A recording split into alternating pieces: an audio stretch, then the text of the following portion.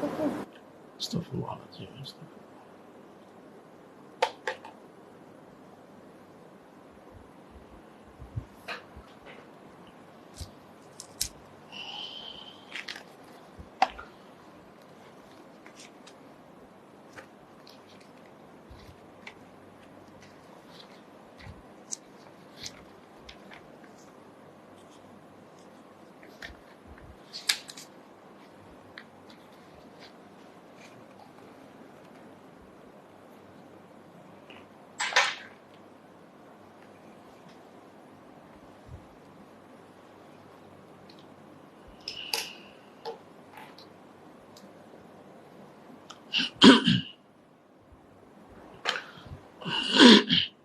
Astaghfirullahaladzim alladzi la ilaha illa anta khalaqtani wa ana 'abduka wa ana 'ala ahdika wa 'alayka mastata'.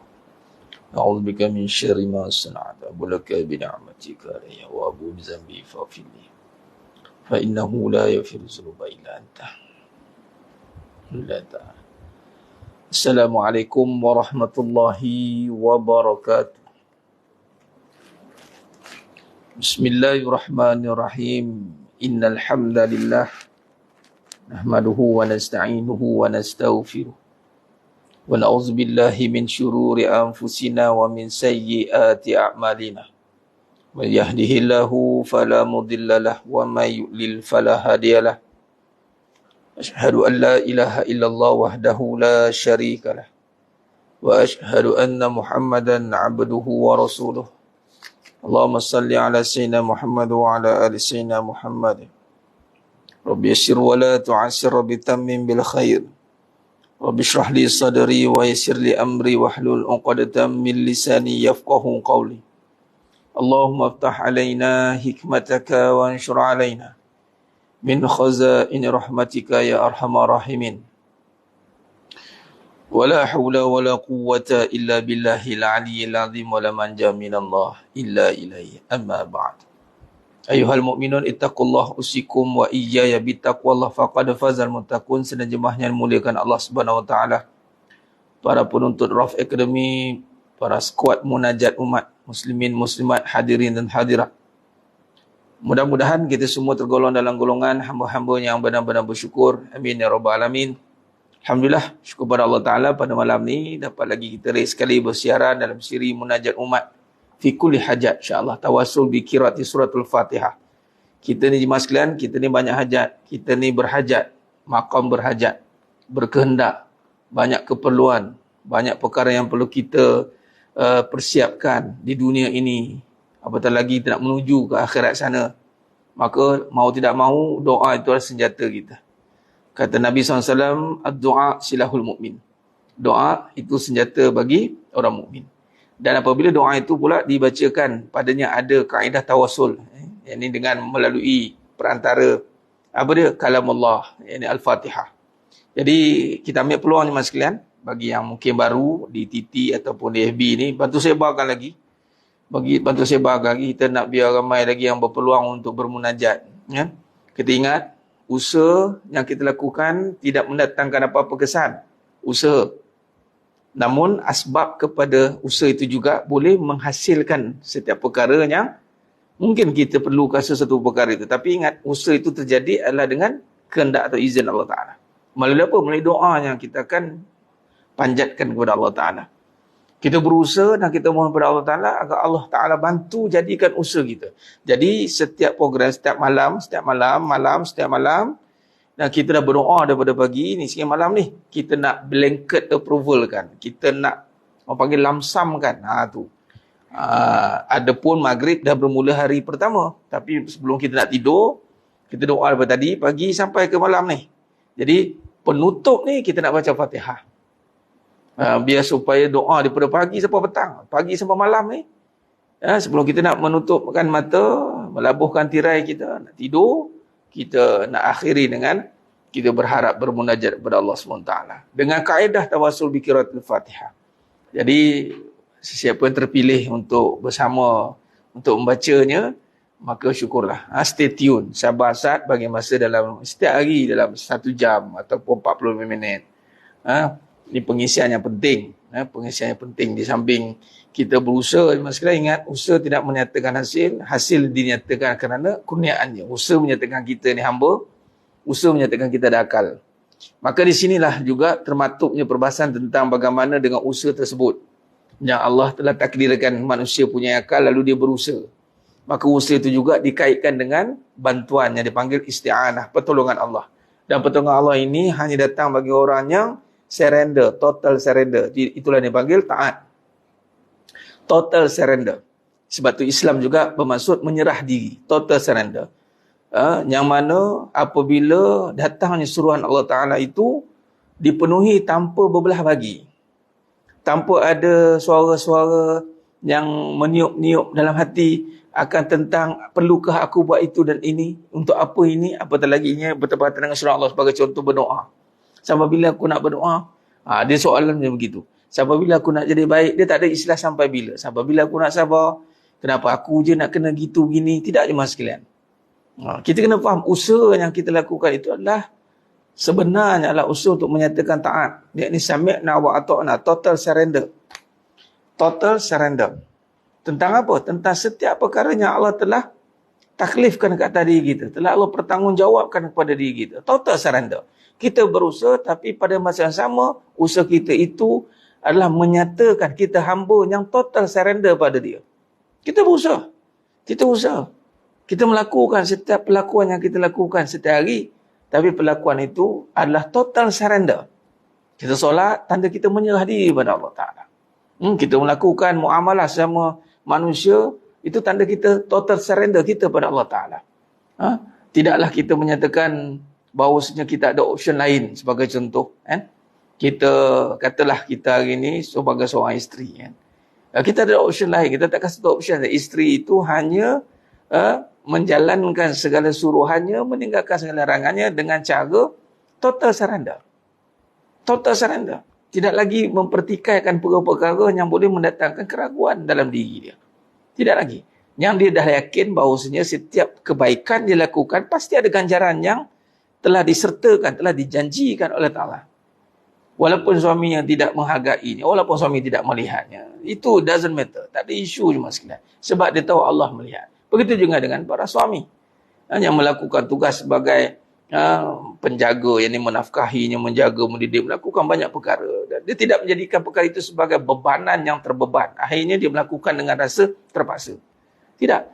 Taat, total surrender juga dimaksudkan sebagai rela. Kerelaan. Itulah ridha. Kerelaan. Raditu billahi rabba wa bil islam bidina wa Muhammadin nabiyya wa rasulah. Aku reda. Reda bermaksud rela. Bukan reda maksud tak apalah. Itu tak apalah. Itu bukan rela dah. Itu macam dah nak konon-konon orang dah macam hampir-hampir hilang kebergantungan. Akhirnya dia pun tak apalah. Walhal kebergantungan kita paling jelas bila dengan Allah. Bila dengan Allah tak adalah istilah tak apalah. Kalau dengan Allah baiklah. Baiklah. I will do it. The best. Dia tak ada istilah tak apalah. Nak buat macam mana. Dah sakit. Dia tak ada cakap macam itu. Baiklah. Ya Allah. Didik hatiku untuk terima sakit ini. Macam itu. Baiklah ya Allah. Kau telah takdirkan aku untuk setiap malam bermunajat padamu. Ya, baiklah.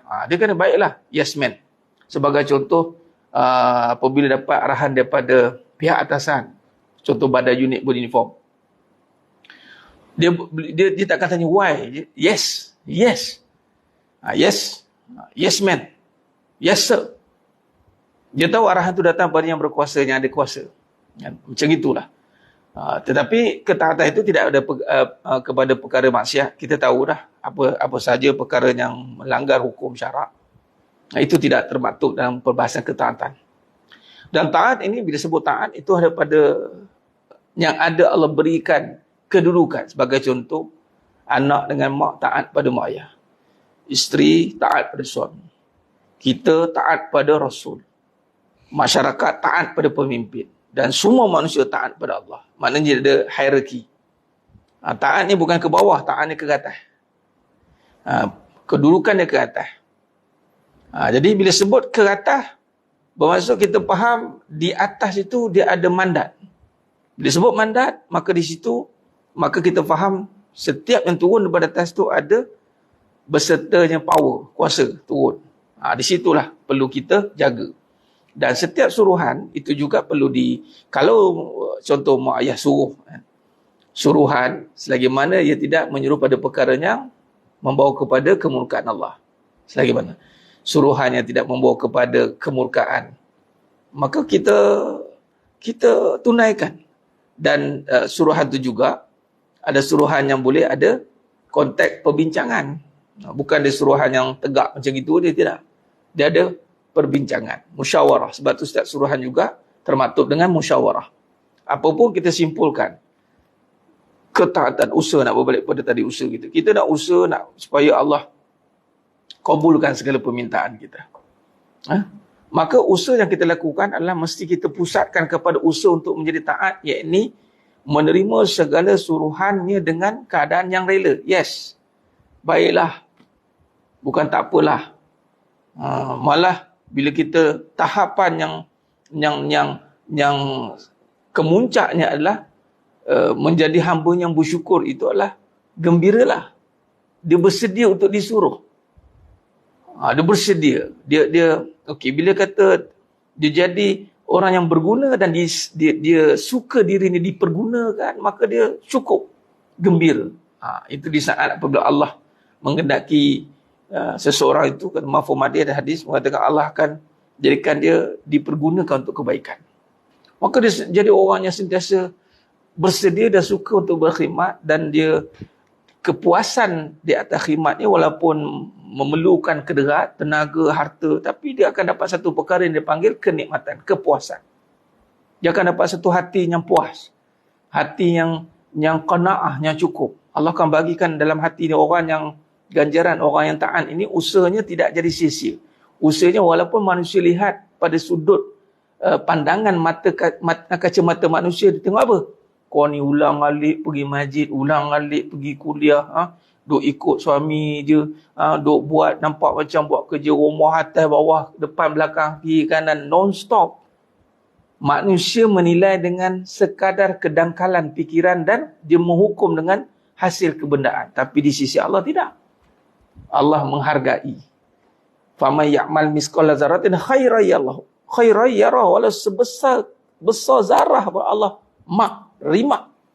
Dan hasil yang kita lakukan atas kenyataan menyatakan kerelaan kita menjadi hamba-Nya dengan tunduk dan patuh di atas segala kesusahan, kesenangan, apa saja. Dia bahasa mudahnya no question, no objection. Just acceptance. Dia tahu, apatah lagi apabila tahap bila kita faham tentang tauhid, yakni dia melihat syuhud yang mana penglihatannya itu terzahir, perbuatan yang mana datangnya itu bukan datang sendiri, pasti didatangkan.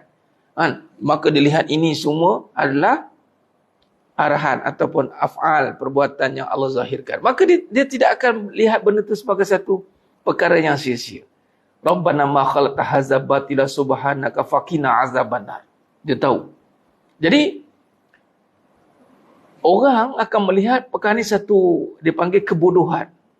Bagi mereka yang tiada kefahaman. Dia tiada kefahaman.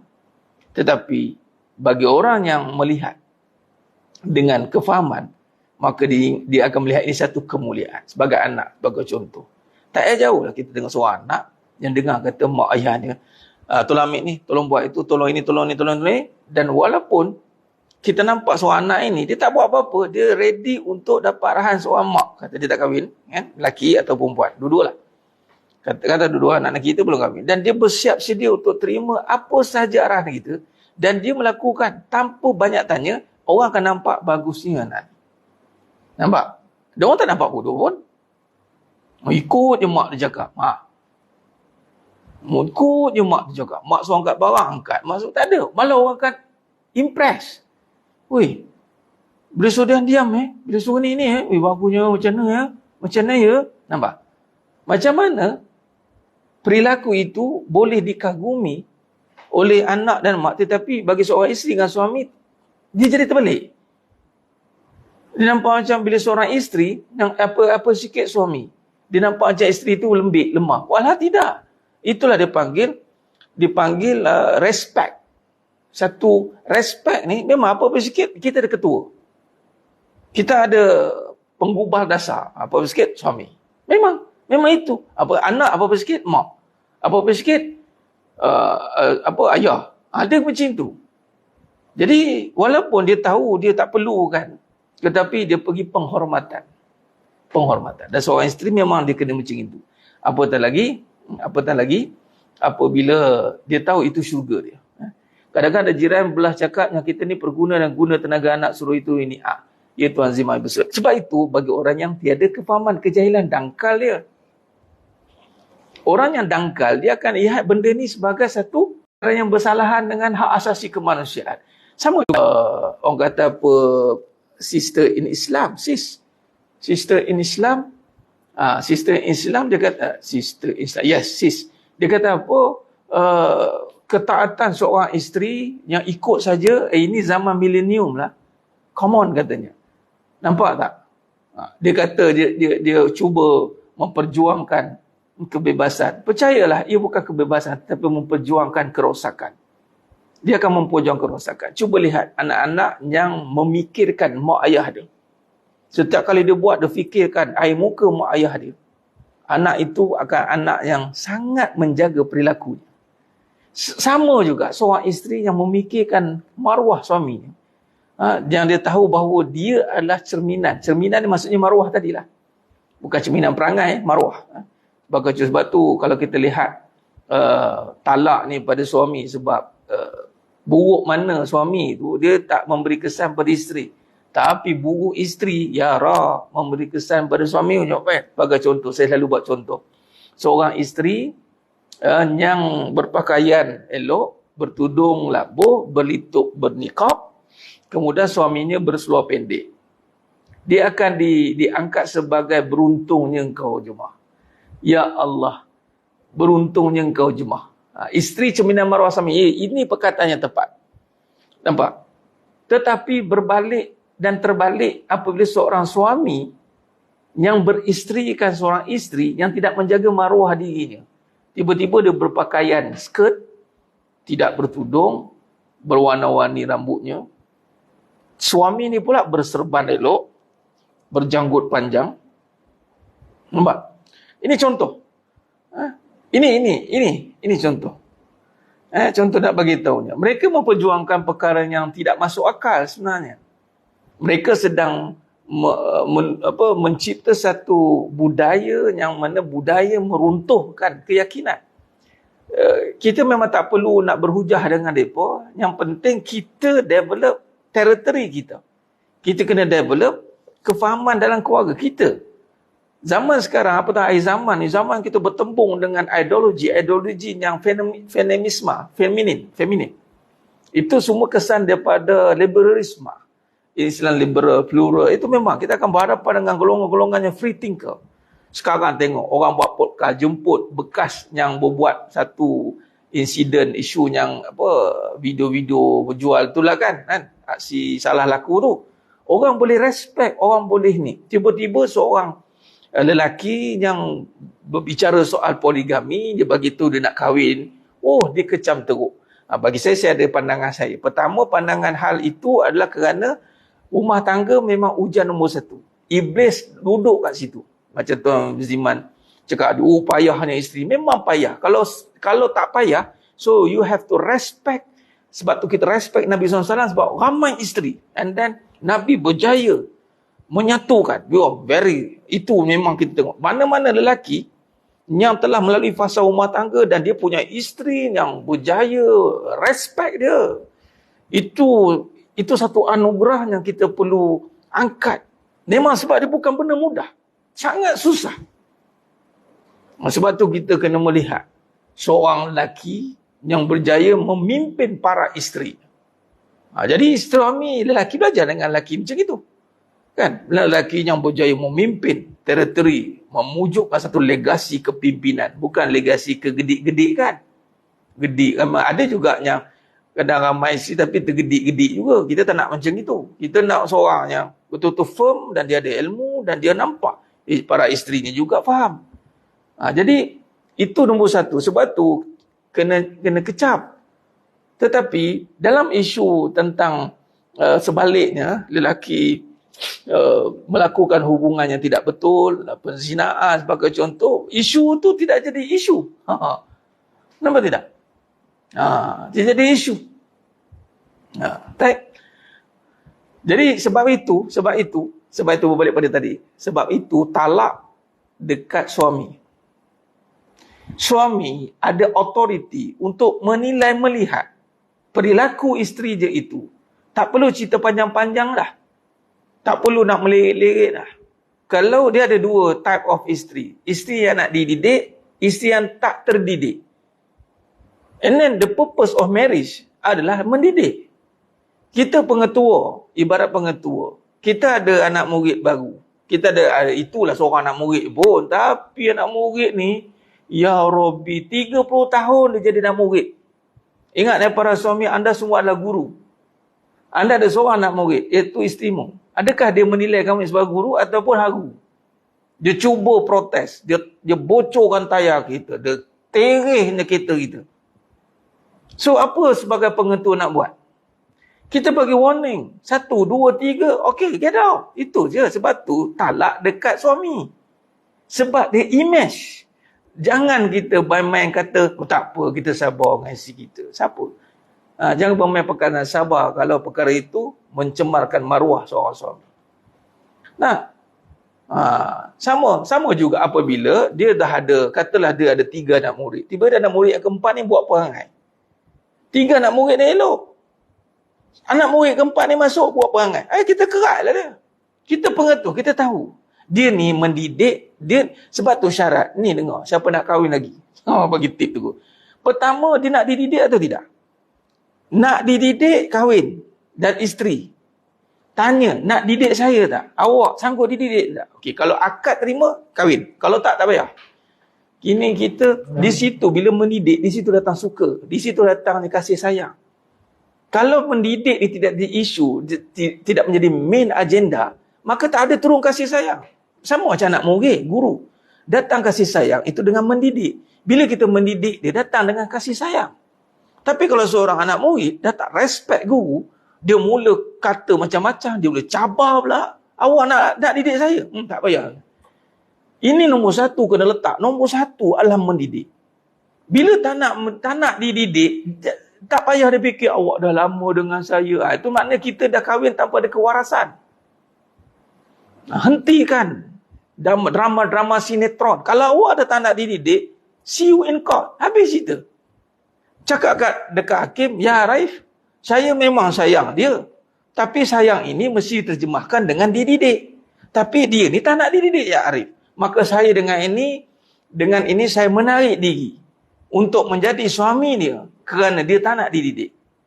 Sebab tu wanita ini boleh kahwin sama 4. Sebab ada orang lelaki yang tak nak jadi pendidik. Lelaki boleh kahwin sama 4 sebab tak semua suami nak jadi pendidik. Kadang-kadang dia pula dididik. Abang dengar ni. Saya ni dengar sikit. Abang setakat ni. Itu bukan jadi institusi keluarga. Institusi keluarga itu adalah mendidik. Isteri dididik. Bila isteri yang dididik, dia akan mendidik anak-anak. Suami mendidik isteri dan anak-anak. So, didikan anak-anak kita tengok. Dia belajar dengan siapa? Mesti dengan mak dia. Kita akan tanya, ni belajar siapa ni? And then sebagai seorang suami, dia akan make sure dia deliver ke bawah.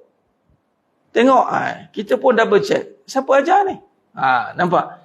Walaupun ayah dia tak mendidik, maksudnya banyak masa mak anak-anak ni dengan mak.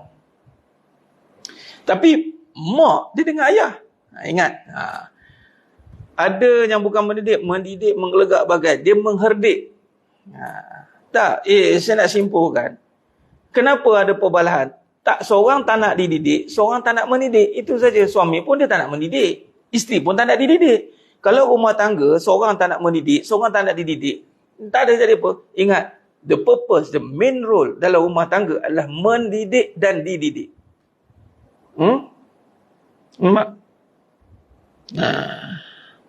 Mendidik dan nak dididik. Jadi kalau isteri yang tak nak dididik, this is not purpose for being isteri. Kalau suami yang tak nak mendidik, is not going to be sebagai suami. Sebab suami itu adalah pendidik. Okey, sekarang macam mana nak mendidik? So, kenalah ada ilmu, berguru. Cari guru. Nampak? Jadi, itu maksudnya. Dia tak perlu lagi berfikir dalam konteks nanti macam mana, macam itu, macam ini. Sebab tu dalam Islam, matlamat rumah tangga itu adalah apa? Melahirkan zuriat yang soleh dan soleh. Ingat zuriat lahir soleh dan soleh ni tiba-tiba lahir macam itu je maksudnya. Dia adalah hasil didikan. Jadi mendidik dan nak didik. Jadi isteri yang nak dididik atau isteri yang tak terdidik. Itu saja. Kalau isteri nak dididik, suami dia lemah macam mana pun, kurang macam mana, dia akan stay. Okey. Tapi kalau tak nak dididik dan tak terdidik, hebat macam manalah ilmu suami tu pun. Adalah ilmu tu, ilmu ni, ilmu macam-macam ilmu lah. Tapi kalau tak nak dididik atau tak terdidik, no purpose of marriage. Ini saya cakap tu terang. Jadi nak buat apa Ustaz? Buatlah apa yang patut. Ini dunia dah nak kiamat dah. Jangan lagi nak kita bermain-main kat situ. Kita kata macam kita boleh lagi. Come on. Kita kena dapatkan persetujuan. Ini berbalik pada taat tadi. Taat. Okay, taat. Jadi usaha kita, kesimpulan adalah bagaimana kita nak konsisten untuk really appreciate, hargai apa yang Allah bagi itu. Itulah taat. Ini adalah rela, kerelaan untuk melaksanakan suruhan sehingga dia mendapat kepuasan. Kepuasan. Apa dia? Dalam melakukan suruhan. Dia puas. Tak ada isteri tak puas hati. Ada tak puas hati. Ada tak puas hati. Awak asyik aku je. Nampak? Jadi kalau tak puas hati, jenuh. Jenuh. Dah? Jenuh. Kalau seorang isteri membawang perangai suami dengan anak-anak pokoknya bila ajak bincang tapi tutup dengan ego. Tak boleh. Sama. Haram buka aib suami dengan anak-anak. Sama. Tidak boleh. Yang boleh tu pada yang pihak kuasa di mahkamah. Itu pun try lah. Kalau dah sampai pihak kuasa, patut orang yang mana konon nak cerai kat mahkamah, patut dah selesai, diam lah. Tapi kalau dia lepas mahkamah, dia keluar, dia buka cerita, dia cerita kat orang itu gini-gini, dia dah haram, dia dah berdosa. Dia buka aib, haram. Yang main-main. Tak boleh. Dan sebab apa dosa dia besar? Sebab dulu kita pernah suka. Tiba-tiba kita berpaling. Why? Sebab tu dia punya ancaman besar. Kita bukan tiba-tiba kahwin tu dengan tak suka. Kita suka. Sama dengan pengajian. Kau bukan tiba-tiba masuk pengajian terus jadi gila. Tengok-tengok muka tu, oh bencinya. Tak ada. Dia suka seronok. Tapi bila kau nampak satu benda yang tak suka, benda yang buruk, kau mula memburukkan. Kau mula membuka aib. Kau mula ini. Kau pernah suka. Setahun, 2 tahun kau pernah. Tiba-tiba tahun ketiga kau fed up.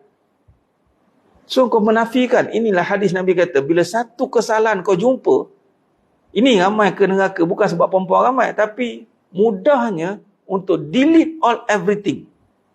Dengan satu kesalahan. Apa kesalahan? Contoh, tiba-tiba suami kahwin. Habis semua kesalahan, kebaikan suami hilang. Ataupun terjumpa perangai buruk suami. Oh macam ini. Oh macam ini. Habis. Hati-hati. Dan ini letak pada hadis ini khusus pada wanita. Macam mana tu? Dah Nabi kata nak macam mana? Nampak? Saya siang nak sangat dididik tapi saya hanya sepatutnya mendidik. Saya bagi tahu Puan Hafizah dan yang semua. Dan bagi tahu. You tak ada apa-apa risiko pun tak dididik suami ni. Tak ada risiko. Sebab nama you takkan buruk pun. Ingat, saya ulang sekali. Saya ulang sejuta kali. Isteri yang bertudung litup labu, berpakai nikab, kalau kahwin dengan suami yang pakai seluar pendek pun, dengan syarat selagi dia tak suruh kita buka aurat, dengan syarat dia tak suruh kita berhenti solat, dia tak kacau kita punya kewajipan, wallahi, orang akan puji isteri. Tak cari try lah. Tetapi, cuba tengok. Kalau seorang suami yang dapat seorang isteri yang degil, mulut celupa, Lepas tu buka aurat pula tu, suami kau pakai sebal 5 kilo pun, orang akan pandai serong dia. Orang akan pandai serong. Wallahi, nak try lah. Orang cakap, oi, isi tok guru ke? Dia punya emas kau macam gini. Tangan dia macam gini. Mulut, isi tok guru tu. Buruk perangai, buruk nama suami terus. Lebih baik dapat suami yang pakai seluar pendek. Tak ada siapa pun komen. Bagusnya jemaah. Bagusnya. Mana ada orang kutuk isteri? Tak adanya. Tak ada. Kalau dapat isteri buruk pun orang kutuk suami. Apalah tak pandai didik. Apalah isteri tak betul. Apa? Anda cakap apa? Padahal suami tu berpeluh ketiak. Habis seluruh keluar. Masuk balik tekak dia nak bercakap dengan isteri dia. Saya pernah jumpa ramai kes. Cakap ustaz, isteri saya, cakap. Saya cakap terang je. Kahwin ni nak mendidik dan nak dididik. Kalau tak terdidik, full stop. Saya cakap. Habis ustaz, saya sayang. Kalau saya kau didik, saya mati. Habis cerita. Geram no. Kan? Ini yang sepatah cakap 10 jawab. Sepatah cakap 20 jawab. Apa? Sebab tu kahwin, jangan main ikut suka. Jangan main suka-suka. Kahwin ni adalah untuk mencapai matlamat, untuk membentuk satu legasi yang taat kepada Allah. Kita tak nak ada isu membangkang, membantah, menentang. Tak nak. Seorang suami dan isteri yang each other tasamuh, berlebih kurang. Ingat jemaah sekalian, ketaatan isteri nak selesaikan taat pada suami tak semudah yang disangka, kata Nabi Muhammad. Kalau dijilat seluruh satu badan tu nanah pada suami pun tak terlerai ketaatan. Jadi lebih kurang. Berlebih kurang. Suami pun takkan termampu nak selesaikan pun tanggungjawab. Kita bukannya Superman. Banyak benda yang kita akan terlepas pandang. So, seorang isteri pun berlebih kurang dengan suami. Sebab apa? Bang minta maaf, bang taat dia berat. Yes. Seorang suami pun dosa isteri tanggung di bawah suami. Tak. Dosa tanggung sendiri. Dia tak macam itu. Dosa tanggung sendiri. Cuma membiarkan isteri dalam kejahilan, membiarkan isteri dalam kemaksiatan, malah bersetuju, tu baru dosa. Tanggung. Baru dosa ditanggung. Kena faham kedudukan. Sebab kita cerita bab taat. Lebih kurang. Saling berlebih kurang. Jadi kita tahu, kita pun takkan boleh jadi suami yang Superman. Isteri pun takkan jadi isteri yang boleh taat. Sama kita dengan Allah. Sebab tu kita dengan Allah, jangan kata, ya aku dah taat. Hebat. Sebab tu kita akan lebih kepada istighfar. Istighfar. Sebab tu wukuf di Arafah adalah hari keampunan. Allah ni nak ampunkan je. Tahu kita takkan mampu nak taat dengan Allah 100%. Dengan diri kita yang hara ni. Takkan. Melainkan Allah Ta'ala yang ampunkan dosa kita. Dan kita yang kena minta ampun. Itu ketaatan nombor 1 adalah sentiasa minta ampun. Kan? Ada orang kahwin sebab terkena sihir pengasih. Yang tu macam mana tak suka, tapi lepas kena sihir jadi suka sayang. Saya nak kata, bab sihir ni, kita ada satu benda yang kita kena faham. Kita ada iman. Kita tak nak letakkan sihir itulah menyebabkan kita jadi itu begini. Sihir ni sebenarnya ada dalam Al-Quran. Minta tolong siapa boleh carikan. Saya lupa ayatnya. Allah kata syaitan ni lemah. Tak ada kekuatan pun. Melainkan mereka yang menjadikan nafsu syaitan itu sebagai ikutan. Lemah. Memang ada sihir dalam rumah tangga. Nabi Sulaiman. Zaman tu. Tapi kita tak nak kata sihir. No. Kita yang ada satu inferior, satu pemahaman dan kita sedang ada konflik menyebabkan benda tu boleh masuk. Takkan sampai tak ada satu iman. Untuk kita bangkit dan pertegakkan kembali diri kita. Mesti ada satu failure yang kita tak sedar. Jadi kita kena faham bahawasanya sihir-sihir memang ada. Jadi kita tak nak meletakkan sihir itu menjadi punca utama. Dia boleh jadilah, boleh jadi. Tapi the main factor adalah you believe. Belief itu kita kena check balik. Sebab tu banyak kalau mana yang pergi mengobat, saya tanya kepercayaan, belief dia balik. Kebanyakan yang kena itu, kebanyakan memang ada sikit gangguan pada kepercayaan. Sebabkan mudah untuk kena hasutan, kena serangan. Jadi jemaah sekalian, sebab tu Iblis pun kata, qala fa bi'izzatik la ughwiyannahum ajma'in illa ibadaka minhumul mukhlasin. Bila kata taib surah An-Nisa ayat 76. Alhamdulillah. Allazina amanu yuqatiluna fi sabilillah wallazina kafaru yuqatiluna fi sabilit taghut faqatilu awliya asy-syaitan innaka dasyaitan kana dha'ifa. Orang yang beriman berperang pada jalan Allah dan orang yang kafir pula berperang pada jalan taghut. Oleh sebab itu perangilah kamu akan pengikut syaitan itu, kerana sesungguhnya tipu daya syaitan itu adalah lemah. Tipu daya syaitan itu lemah.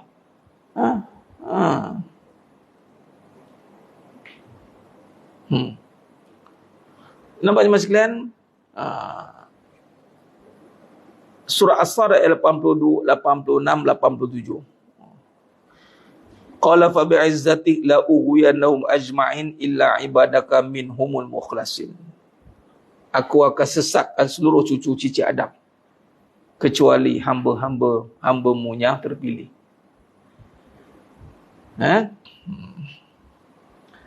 Jadi sedang jemaah yang mulakan Allah Subhanahu Wa Taala. Itu sikit sebanyaklah perkongsian kita dalam nak meluruskan faham maksud taat. Kita bincangkan tadi, kita buka isu tentang taat. Taat. Jadi maka masuklah perbincangan yang internasional, yang di rumah tangga.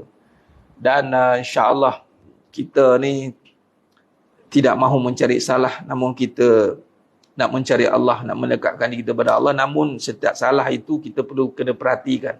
Apa perkara-perkara yang boleh menghalang kita untuk mendekatkan diri kepada Allah? Ya, ini perkara-perkara tadilah. Jadi mudah-mudahan perjalanan kita untuk menuju kepada Allah ini tidaklah menjadi satu perkara yang membebankan kita sampai kita terbeban dalam nak menuju kepada Allah. Allah ni maha pemurah. Allah banyak membantu hamba-hambanya sebenarnya. Saya pernah dengar satu proses kebanyakan gangguan fizikal pada iblis syaitan, manakala gangguan hasutan bising pada yang kurang problem pada keyakinan. Saya pernah dengar satu posting kebanyakan gangguan fizikal dari perbuatan iblis jin, mana gangguan hasutan bisikan pada yang kurang problem pada keyakinan. Dia wallahu alam, itu mungkin pandangan dia.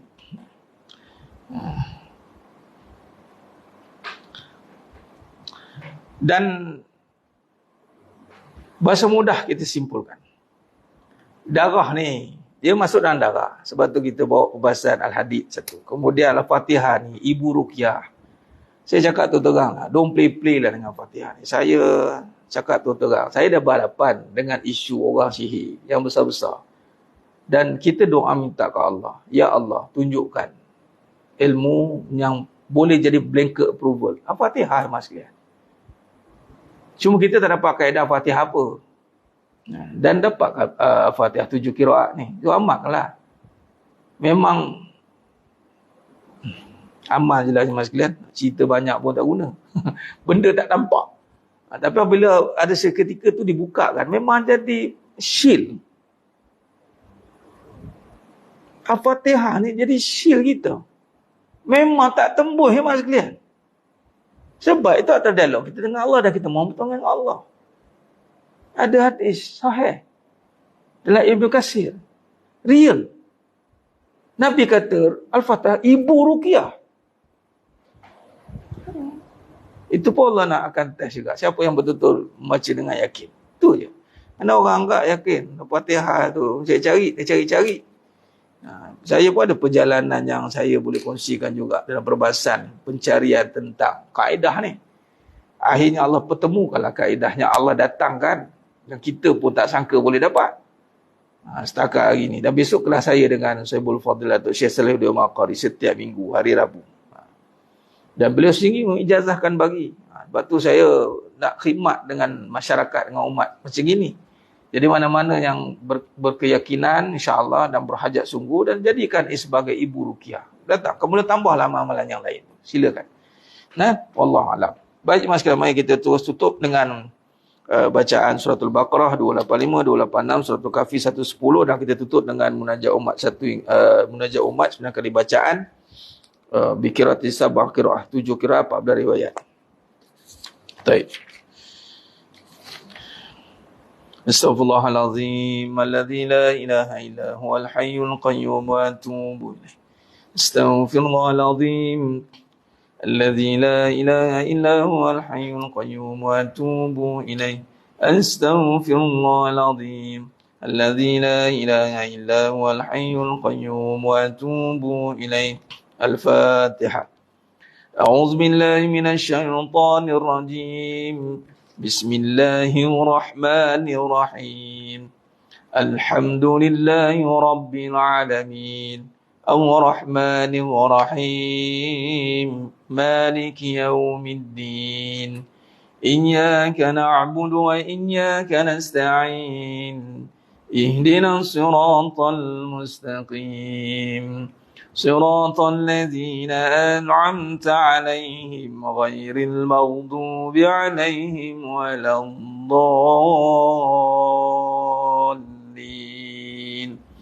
آمين. أعوذ بالله من الشيطان الرجيم. بسم الله الرحمن الرحيم. آمن الرسول بما أنزل إليه من ربه والمؤمنون كل آمن بالله وملائكته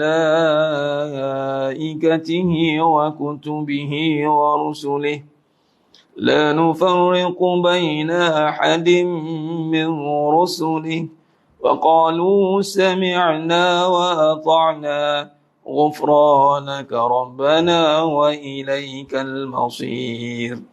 لا يكلف الله نفسا إلا وسعها لها ما كسبت وعليها ما اكتسبت ربنا لا تؤاخذنا إن نسينا أو أخطأنا ربنا ولا تحمل علينا إصرا كما حملته على الذين من قبلنا ربنا ولا تحملنا ما لا طاقة لنا به واعف عنا واغفر لنا وارحمنا أنت مولانا فانصرنا على القوم الكافرين. صدق الله العظيم. بسم الله الرحمن الرحيم. الحمد لله الذي أنزل على عبده الكتاب ولم يجعل له عوجا قيما لينذر بأسا شديدا من لدنه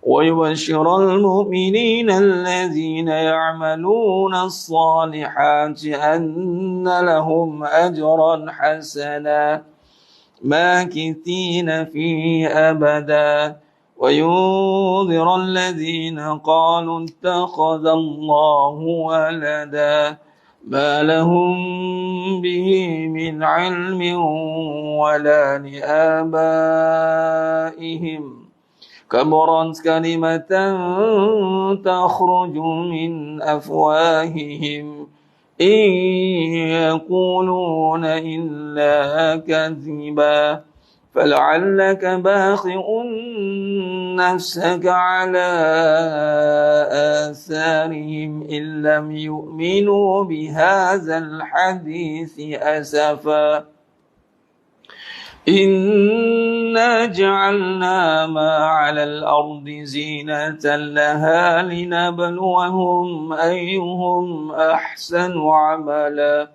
وإنا لجاعلون ما عليها صعيدا جرزا أم حسبت أن أصحاب الكهف والرقيم كانوا من آياتنا عجبا إذ أوى الفتية إلى الكهف فقالوا ربنا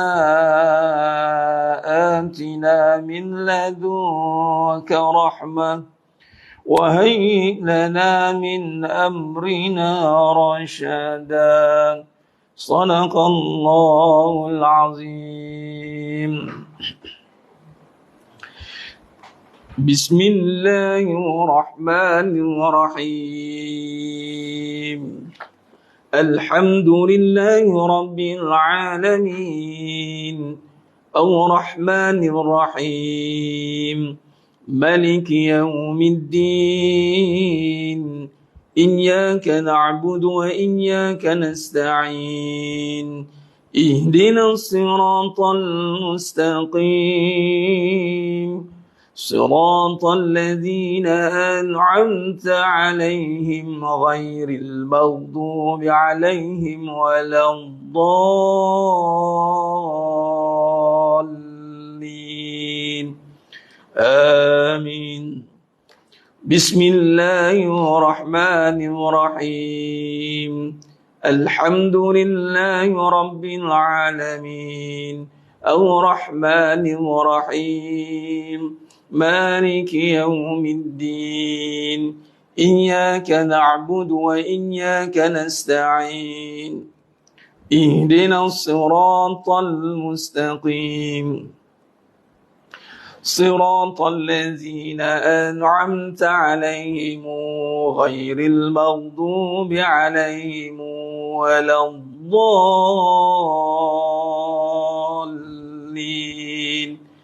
آمين.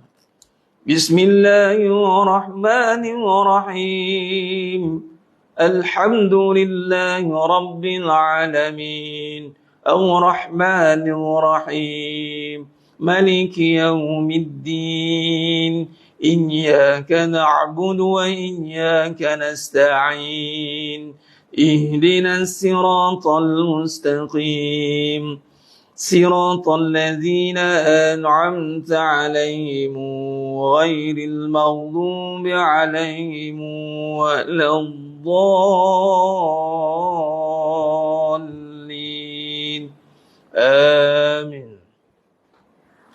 بسم الله الرحمن الرحيم الحمد لله رب العالمين الرحمن الرحيم مالك يوم الدين إياك نعبد وإياك نستعين اهدنا الصراط المستقيم صراط الذين أنعمت عليهم غير المغضوب عليهم ولا الضالين آمين.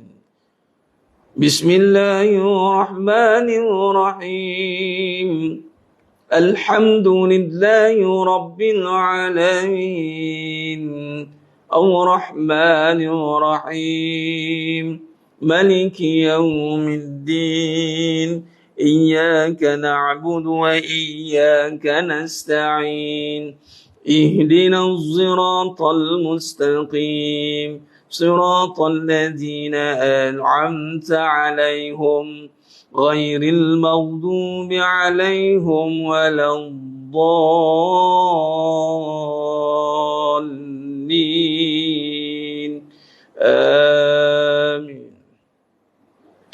بسم الله الرحمن الرحيم الحمد لله رب العالمين الرحمن الرحيم مالك يوم الدين إياك نعبد وإياك نستعين اهدنا الصراط المستقيم صراط الذين أنعمت عليهم غير المغضوب عليهم ولا الضالين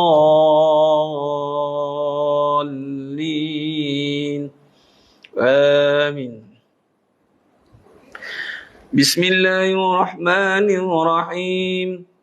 الحمد لله رب العالمين الرحمن الرحيم مالك يوم الدين إياك نعبد وإياك نستعين اهدنا الصراط المستقيم صراط الذين أنعمت عليهم غير المغضوب عليهم ولا الضالين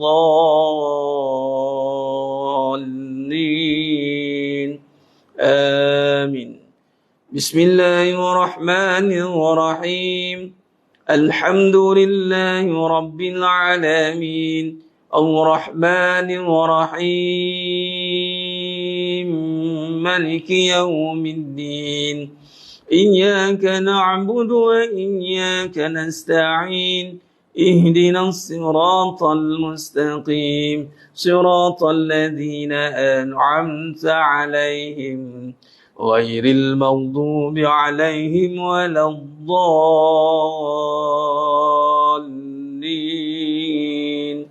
آمين. بسم الله الرحمن الرحيم. الحمد لله رب العالمين الرحمن الرحيم مالك يوم الدين إياك نعبد وإياك نستعين اهدنا الصراط المستقيم صراط الذين أنعمت عليهم غير المغضوب عليهم ولا الضالين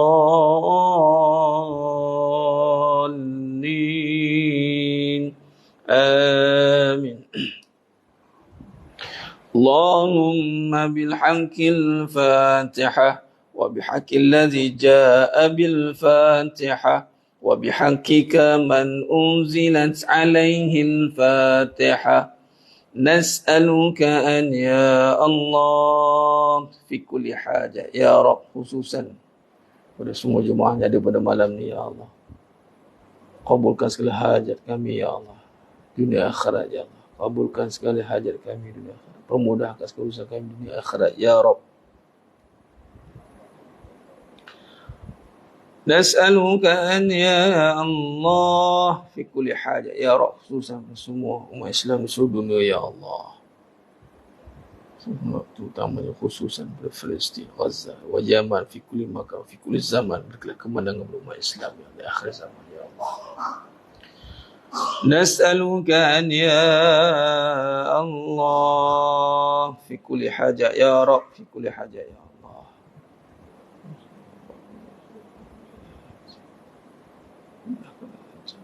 يا رحمن يا حي يا حي يا حي. وصلى الله على سيدنا محمد وعلى آله وصحبه وسلم والحمد لله رب العالمين. تقبل الله منكم إنا ومنكم تقبل يا كريم. Alhamdulillah, syukur kepada Allah SWT jemaah sekalian. Dengan berakhirnya bacaan qiraat suratul Fatihah di suratul Fatihah 7 qiraat, 14 riwayat, 7 qiraat, 9 kali bacaan tu bacaan semua imam tu. Ada 10 qiraat tapi yang dapat pada guru saya tu 7 lah, katanya jumhur. Kita baca setiap malam tu insya-Allah tabarakallah lah. Jadi ini satu perjuangan juga ni ya.